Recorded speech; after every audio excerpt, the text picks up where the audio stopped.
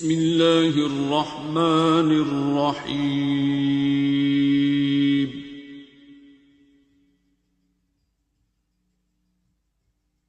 الرحمن.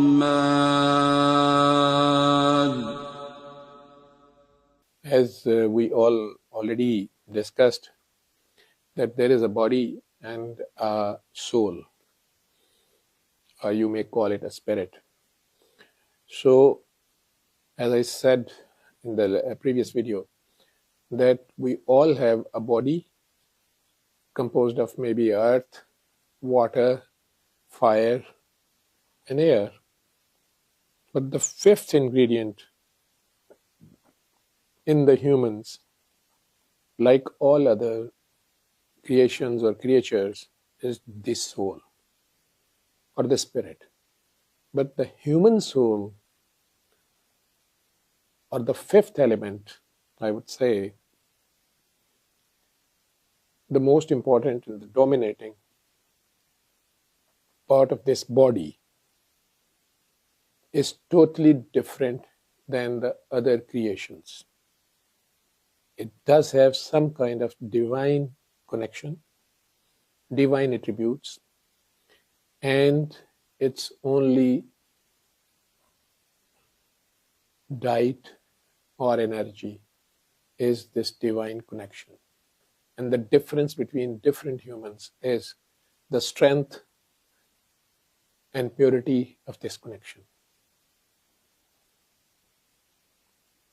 As a human beings, doctors pronounce us dead if our heart is dead.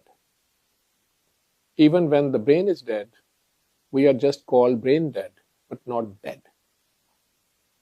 Although we describe the feelings or emotions with the brain, but there is some important part of the heart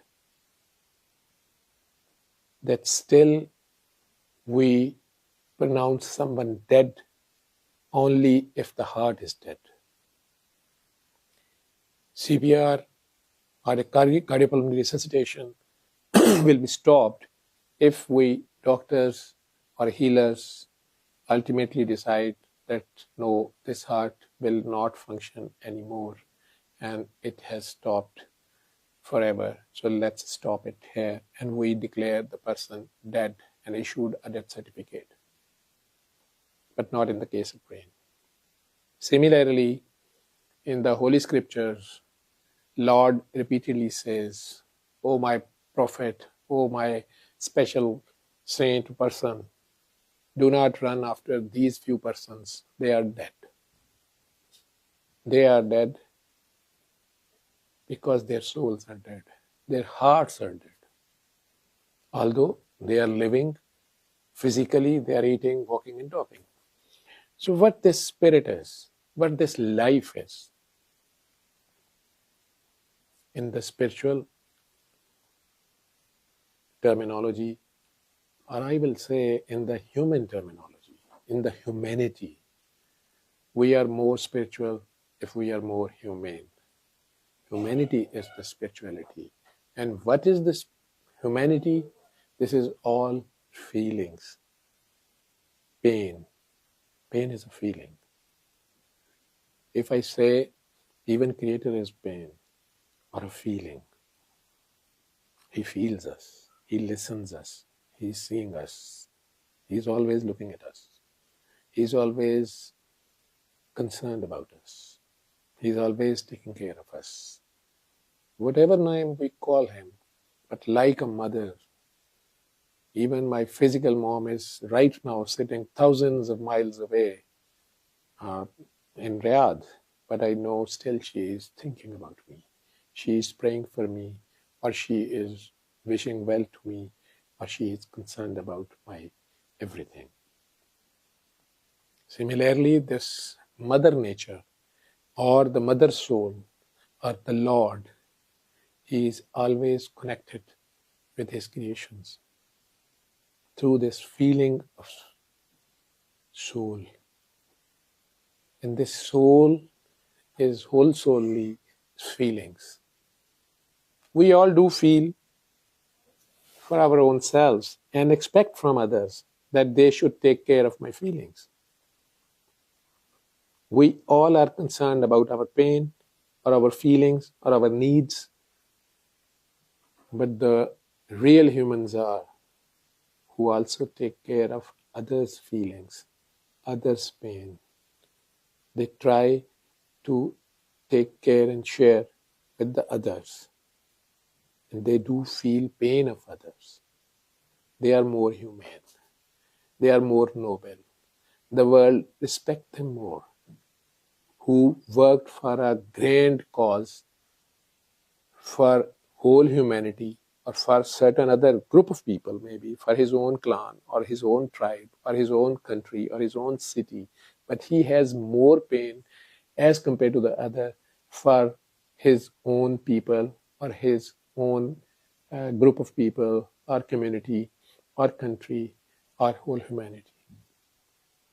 These saints, we call them saints or spiritual gurus or masters. Like I met one of my master, full of pain.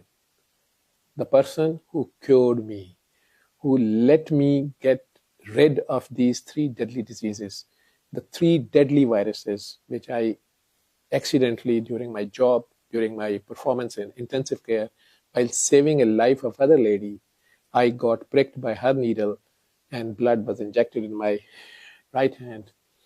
I was positive for HIV, HBsAg, and anti-HCV. I ran here and there from 99 to 2002 for the cure, to get rid of all these three viruses which were present in my own blood.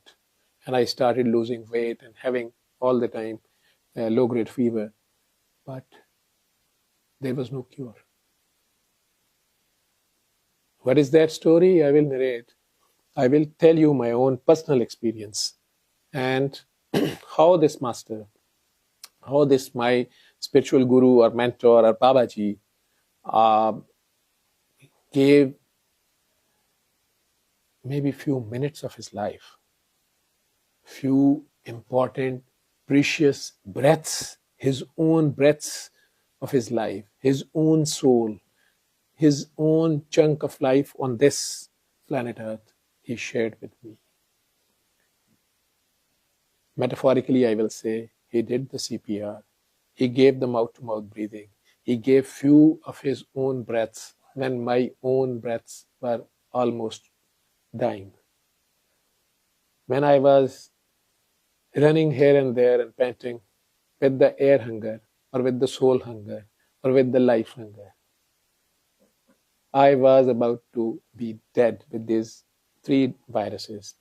I was always in the state of fear. My own knowledge of allopathy was a curse for me at that time. It was haunting me. Daily it was giving me the news that these three viruses are incurable. And at the end of the day, I have to die of hepatocellular carcinoma or the complications of this cirrhosis of liver or even this more deadly HIV virus. He may take away my life miserably with many other diseases attacking on me, maybe a very small, minute creature or creation of fungus may take out my life. So while knowing this all and daily seeing patients of these diseases dying in my ITU, you can imagine which kind of pain I was passing through. I was more concerned with my wife and my kids and my mom and my family. I never disclosed it to them. I was not going to the home. I was doing continuous job in 3 different hospitals and pretending with them that I am passing through a rigorous postgraduate training to become a consultant. But I was not telling them that I am suffering with these 3 deadly diseases and this continuous fear of death and the pain and the misery is after me. And I have no answer for this. No one was ready to tell me the solution. Apart from allopathy, homeopathy, Ayurveda, spiritual gurus, faith healers, no one was able to help me. When this divine intervention landed in my life, while convincing another patient's father for arranging bed for his dying son, who was dying of cirrhosis of liver or chronic liver disease due to C virus, and that man was continuously refusing us that I don't have any money with me anymore, I cannot arrange blood, and okay, let my son die. When this lady, young lady, a very junior doctor intervened, and she insisted that patient, the dying boy who was having hematemesis or blood vomiting, he was throwing blood from his stomach and food pipe.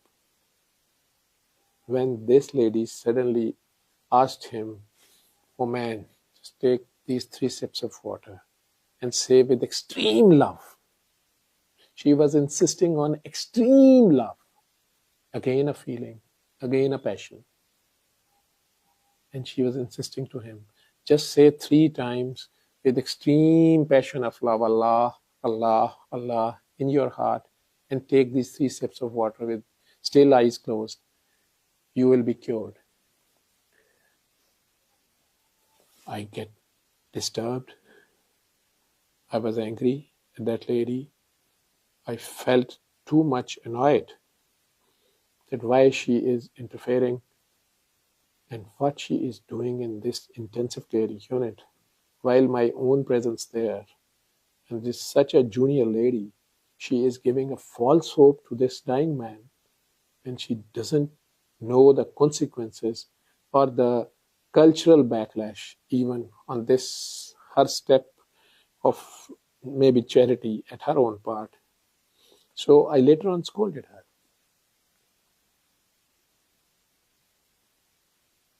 But she was having a different kind of feeling, a different kind of pain. I did had pain from my patients. I was always there from the day one of my medical practice, concerned for my patients and for their cure and to cure their misery. But this lady was offering something totally different and a new, wild idea of curing his soul. She was insisting. Once his soul will be energized, once his soul will be healed, he will be healed. His cirrhosis or his chronic liver disease will be healed. He still can be saved. Although he do not have, or his father do not have any means of arranging blood or other necessary medicines. But she was insisting that healing does not need these tools even.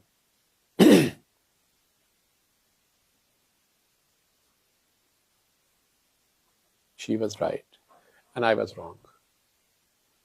Her feelings won. Her pain won.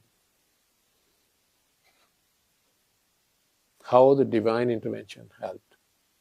How this divine healing method helped that man. How ultimately I got cured. You will come to know. It is already narrated in my Urdu videos at Mast Nasila's channel and the other Facebook or YouTube channels. I am doing this spread of this remedy unconditionally, trying to spread it to the whole humanity as much as I can. That's why I started this English channel, to narrate my story, my journey of pain in this language, which can be understood easily in the other parts of the world where they do not understand the Urdu. But still, the driving force and the healing force will be my own passion, my own pain for humanity. Inshallah, I will narrate it in next videos. Thank you. بسم الله الرحمن الرحيم